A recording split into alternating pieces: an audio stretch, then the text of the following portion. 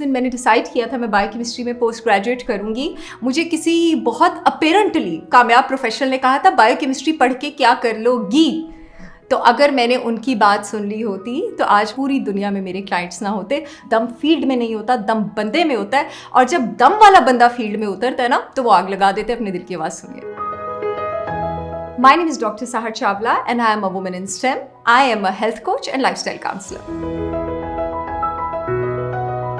जब भी मैं मेडिसिन पढ़ती हूँ, जब भी मैं डिजीज़ेस पढ़ती हूँ, उसके कॉजेज़ पढ़ती हूँ, न्यूट्रिशन पढ़ती हूँ, उसको तो मैं बहुत ज़्यादा इन्जॉय करती थी। बट जब बात आती थी फिलिंग करने की, एक्सट्रैक्शन करने की और वो टिपिकल डेंटिस्ट्री प्रोसीजर्स में प्रोब करने की, that was never enjoyable for me, that was labour for me. वो कहते हैं ना, गालिब ने कहा था कि अगर जिस काम का तुम्हें शौक हो वो तुम्हारा ज़रिए माश बन जाए तो दुनिया में इससे बड़ी कोई अयाशी नहीं है। That keeping that kept hitting me in the back of my mind के अयाशी मुझे लगती है जिस टाइम मैं बायोकेमिस्ट्री पढ़ रही होती हूँ, न्यूट्रिशन पढ़ रही होती हूँ, डिजीज़ का रिवर्सल पढ़ रही होती हूँ, ये फिलिंग करते हुए मुझे अयाशी क्यों नहीं लगती है। जब मैंने ये नोट किया कि सिलेबस में बहुत मोनोटनी है और डॉक्टर्स को जिस लेवल पर मेडिकल बायोकेमिस्ट्री पढ़ानी चाहिए, न्यूट्रिशन पढ़ानी चाहिए ताकि वो एक्चुअली उसको अप्लाई कर सकें, एक रट्टू तोता तो नहीं बनाना ना लोगों को, उस लेवल पर नहीं पढ़ाई जा रही और हर साल इस सिलेबस को रिपीट किया जा रहा है, then I started getting kind of frustrated. फिर मैं ये न्यूट्रिशन और मेडिकल बायोकेमिस्ट्री को लेकर वोकल हो गई। मैं अगर अपने मुल्क की बात करती हूँ तो मेरे मुल्क की 51% जो आबादी है वो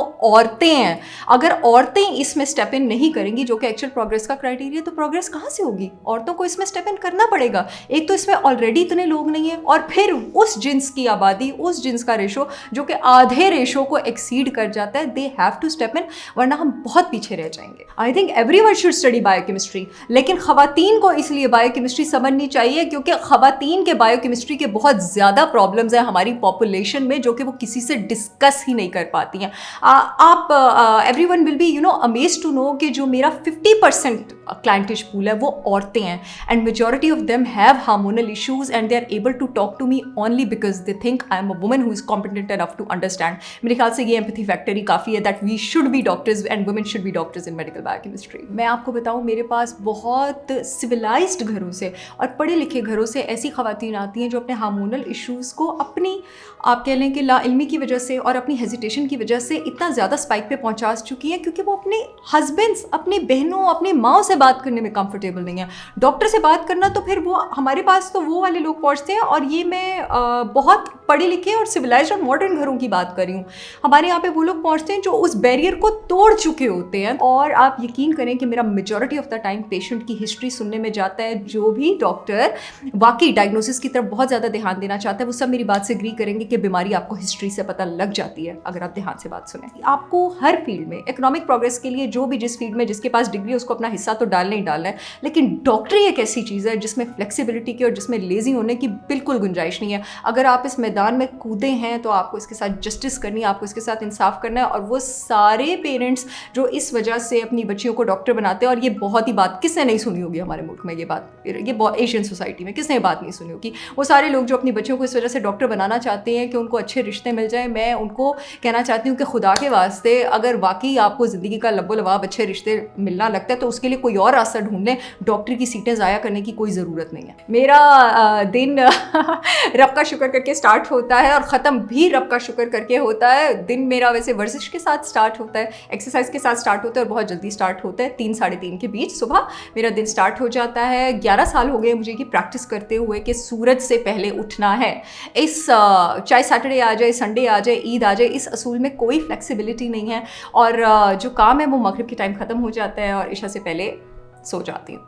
That's how my days. वर्जिश का टाइम जो है वो सुबह ही ख़त्म हो जाता है बिकॉज 6 साढ़े 6 बजे के बाद मैं अपने क्लाइंट्स का काम शुरू कर देती हूँ। मेरा माशाल्लाह पूरी दुनिया में क्लाइंट्स हैं तो फिर हर टाइम जोन में काम करना पड़ता है और वो 12 घंटे के बीच सारे कामों को एसोसिएट करना पड़ता है। सुबह के टाइम जब तक घर से बाहर नहीं निकलती हूँ 10-11 बजे, फिर ऑनलाइन क्लाइंट्स का काम करती हूँ। फिर उसके बाद जो अपने ये लाहौर बेस्ड हूँ मैं, लाहौर के जो फिजिकल क्लाइंट्स होते हैं कंसल्टेशंस वो देख लेती हूँ। बीच में ही फैमिली टाइम भी डिवाइड हो जाता है और शाम के 6 बजे तक 1-2 घंटे सेल्फ केयर के भी निकल आते हैं, what ever it is. Hobbies में सबसे पहले आ जाता है ट्रैवलिंग। हॉबीज़ में दूसरी चीज़ बिल्कुल टिपिकल हॉबीज़ है मेरी। ट्रैवलिंग मेरी हॉबी है, शॉपिंग करना मेरी हॉबी है और ये मेरी मेन हॉबीज़ है। Yes, technology is everything. In fact जब भी कोई ये कहता है ना, उस दिन भी मैं सुन रही थी कि सोशल मीडिया बर्बादी है, सोशल मीडिया है, I was like excuse me, social media बर्बादी नहीं है, आपकी सोच बर्बादी है। आपको सोशल मीडिया यूज़ ही नहीं करना आता है। I have not travelled to Japan, I have not travelled to Bali, even I have not travelled to South Africa, but having clients in all of these zones, ये क्या है? ये social media का सही इस्तेमाल है। टेक्नोलॉजी वो चीज़ है जिसने आपको इन सारी जगहों पे कनेक्ट किया है, उसका सही इस्तेमाल करें। मैं अक्सर कहती हूँ कि आपके पास नॉलेज है, आपके पास मोबाइल है, जो भी मोबाइल है, कैमरा स्टैंड है, कुछ नहीं चाहिए और इंटरनेट है। टेक्नोलॉजी इतनी कमाल की चीज़ है, आप आग लगा सकते हैं। मेरे ख्याल से मेजॉरिटी जगहों पे इस वक्त यूट्यूब और इंटरनेट अवेलेबल है। आप यूट्यूब और इंटरनेट पे ठीक है म्यूज़िक भी सुने, इंजॉय भी करें, वो करने की जगह कोई ऐसा टॉपिक नहीं है जिस पर इस वक्त एजुकेशन रिलेटेड वीडियो या कोई टेक्नोलॉजी लर्निंग हैक्स आपको अवेलेबल नहीं होंगे। बहुत सारी ऐसी चीज़ें हैं जिसमें आपको डिग्री से ज़्यादा स्किल की ज़रूरत होती है। साइंटिफिक सब्जेक्ट्स के अलावा अगर आप बहुत सारी चीज़ों की बातें निकाल लें, ऐसी मैं इस बात को मानने से कासिर हूँ कि इस वक्त इंटरनेट पे स्किल, कोई भी आप स्किल का नाम टाइप करें और आपको सिखाने वाले टूल में कोई हेल्प ना मिल जाए, सिर्फ जज्बा होना चाहिए।